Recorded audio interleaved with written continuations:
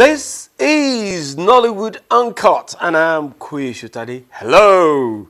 We're so glad you can join us for another show. In this show, we have our usual charts. We begin to look at Nollywood's biggest outing yet, and another movie set for takeoff.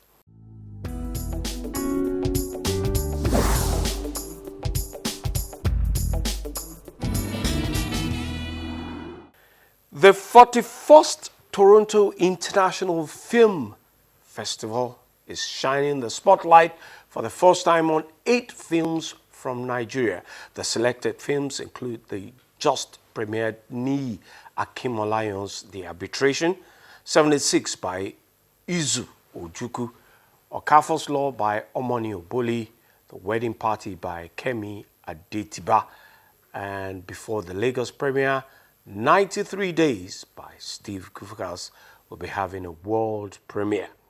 In this show, we begin a deeper look at the films and perhaps unravel why they've been chosen for the Film Fest. My white wedding is next week. So what happens to us now? Babe, there's no us. Just because.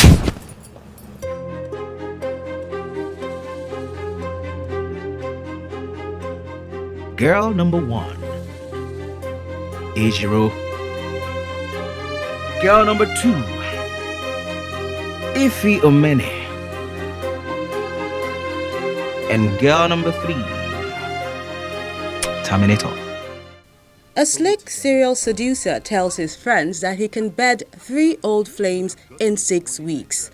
Okafor's Law argues that once friends get benefits, those benefits last for life. Rooted in the internal lessons of Lost, this saucy romantic comedy further establishes Omoni Oboli as a formidable producer. I told myself I was not going to have sex before marriage. But then you came along and it was just so beautiful.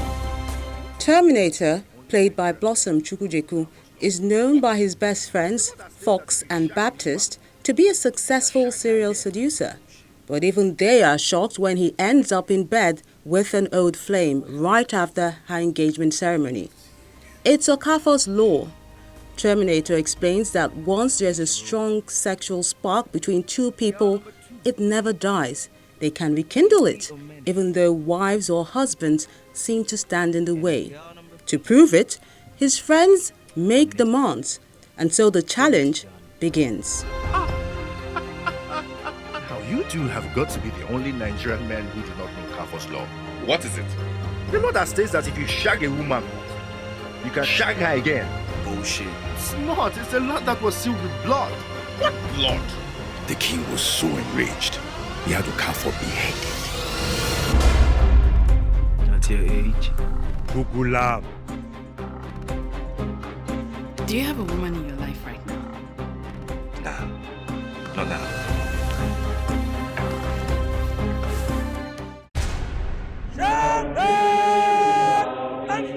10,000 innocent public officials have been dismissed because they have no voice. Nollywood superstars Ramsey Noah, Rita Dominic and Chidi Mokeme headlined a gripping drama set against the backdrop of the attempted 1976 military coup against the government of General Muritala Muhammad. I don't know any member of your family and I am already pregnant for you. There's no need for you to be scared. Nigeria's Middle Belt, 1976, has respected army officer Captain Dewa, who is played by Ramsey Noah, and his wife, Susie, played by Rita Dominic, who is from the southeastern part of the country. They anxiously anticipate their first child, but Susie's family adamantly disapprove her intercultural marriage. This movie tackles a still contested chapter in Nigeria's history. The director, Izu Ojukwu, weaves together themes of political and personal loyalty, telling the story from both sides, from a betrayed soldier to his anguished wife. Though it recounts serious recent history, the film brings delightful pleasure as well. There was a coup day in Nigeria, which is Black Africa's biggest and richest nation and the world's 8th largest oil producer. Which spiraled into a recall of straightforward military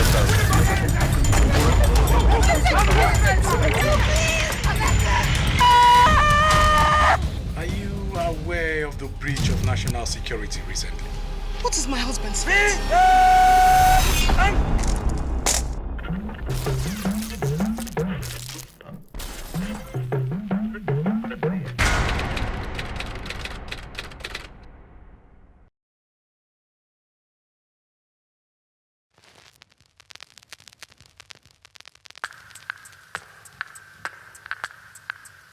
I put a spell on you, 'cause you're mine. Arbitration tells the story of Benga, played by O.C. KJ, and his employee, Dara, played by Adesua Itomi, who had an affair. Dara left the company. She sued Benga for rape. Then a panel was constituted to find out the truth. The movie was directed by Ni Akimolayon. He also directed Out of Luck, upcoming comedy Meet the In-Laws, and the award-winning movie Falling. I put a spell on you.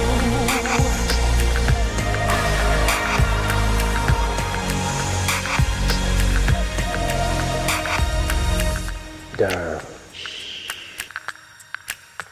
I put a spell on you.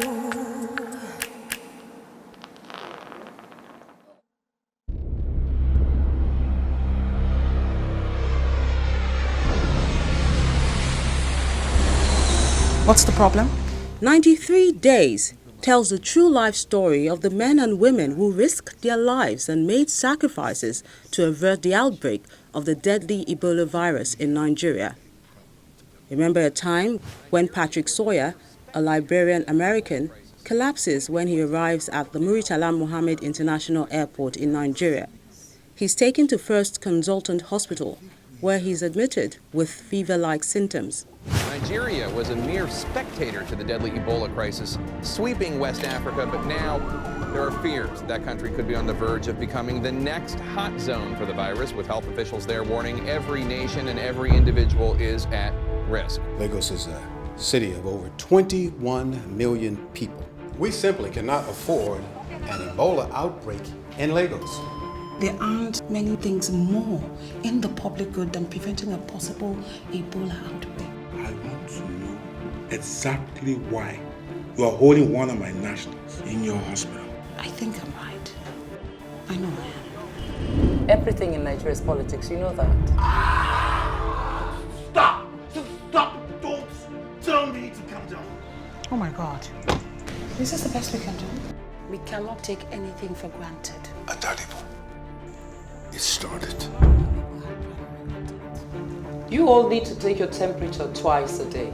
Anything above 38 degrees Celsius, you need to tell us right away. Dr. Galanosi, the question is not if we'll get patients, it's when we'll get them. The real question is, will we be ready to receive them when they get here? It is now time for us to do the job that we are here to do. We can't do this. I know what Ebola can do. Trust me, nothing terrifies me more. The only way to deal with this bastard is to deal with it.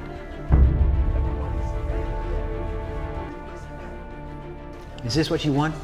Is this what you are willing to allow to happen in this city? Most of us live our lives without ever really understanding how connected we are. Stay back, stay back. But then one day, something happens. Something that changes the way you look at the world. Changes your life. Forever.